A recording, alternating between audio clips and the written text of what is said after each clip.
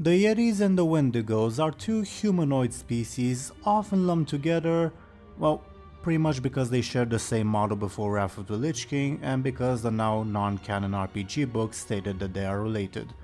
There are also some other general similarities between them. They both, generally speaking, prefer to live in caves, specifically in cold and mountainous environments, though there are plenty of exceptions to that part among the Yetis. Both species, funnily enough, though perhaps not coincidentally, tend to be larger and stronger in Northrend when compared to the other regions of the world they inhabit. In that regard, one difference is that the Wendigos of Northrend are also much more savage and fierce than their counterparts, and are considered to be their primordial cousins, a difference that doesn't appear to be the case for the Yetis in Northrend. In fact, when the Lich King first arrived in Northrend, the very first undead he turned to serve him were local ice trolls and Wendigos.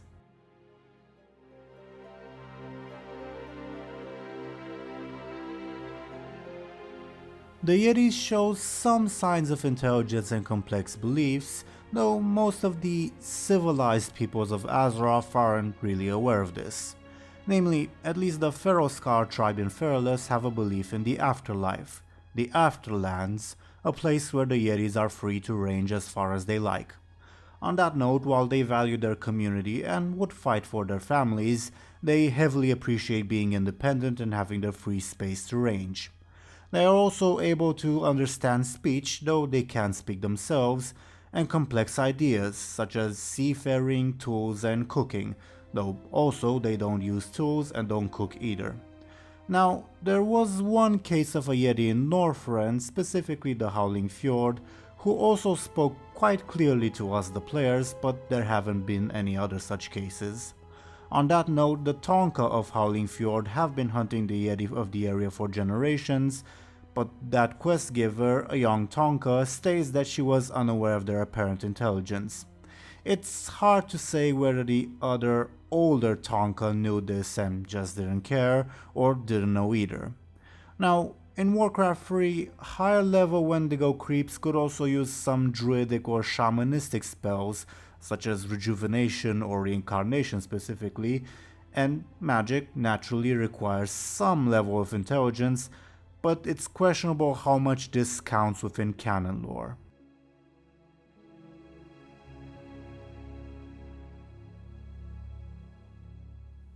One of the main reasons Yetis and Wendigos are hunted, other than the nuisance they generally pose, is for their fur and leather. Fun fact, in-game they are one of the only humanoids that can be skinned. Namely, a ferrulous Yeti leather, when treated in a special manner, is stated, though this could just be more of a boast by the leatherworker saying this, to be as resilient as iron, though the Yeti affected by the Emerald Nightmare are severely reduced in the quality of their leathers. The fur of the Winterspring Yetis is also so thick that it physically protects them from weapons, and is also prized by leatherworkers. However, Yeti hairs make for fairly mediocre quality carpets, and Yetis in general smell really badly.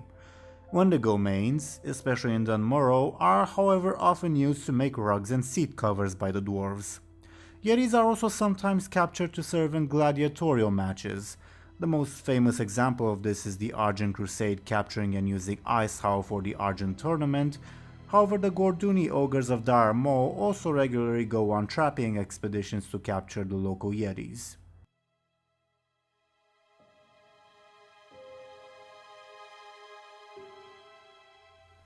One other possibly related creature to the Yetis and the Wendigos are the Sasquatch. They are very rarely seen in the lore. They existed as creeps in Warcraft 3, and the Gorduni ogres captured one in Feralus. Now, unlike the Wendigos and most of the Yeti, they seem to prefer warmer climates, not colder ones. Namely, the Warcraft 3 creeps appeared in the Village and Village Fall tile sets, which typically represent the human villages in temperate Lordaeron, while the Soul World of Warcraft iteration appears in the lush jungles of Feralus. As to whether they would be closer to Wendigos or to Yetis, well, the Warcraft 3 version uses a brown-skinned version of the Wendigo model, but the World of Warcraft version uses the brown-skinned Yeti model. Now, they are only directly talked about in the lore once, in a Fearless quest, where the Tauren quest giver states that Big Fist, the Sasquatch captured by the Gorduni, is the largest Sasquatch ever seen in Fearless, which implies that there are more of them out there and it's not a very unusual occurrence.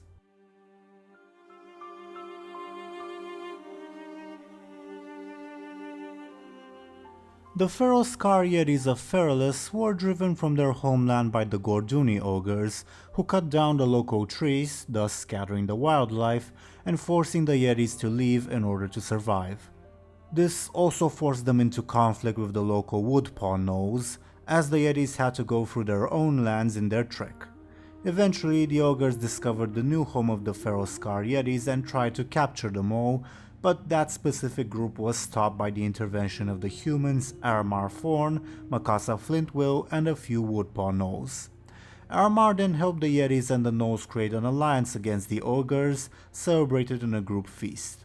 Eventually, as silly as it sounds, the Yetis and the Gnolls came to the aid of Aramar and Makasa and several others as they came to storm a citadel of the Burning Legion in Hellfire Peninsula. Namely, after receiving a request for help from Makasa, delivered via goblin machinery, the Feral-Scar forced some pirates to transport them and the Woodpaw to the Blasted Lands, where they then crossed the Dark Portal. Tropey and silly, but it happened. The Yetis and the Gnolls then returned to Fearless, though it's unknown how this alliance then fared against the Gorduni ogres.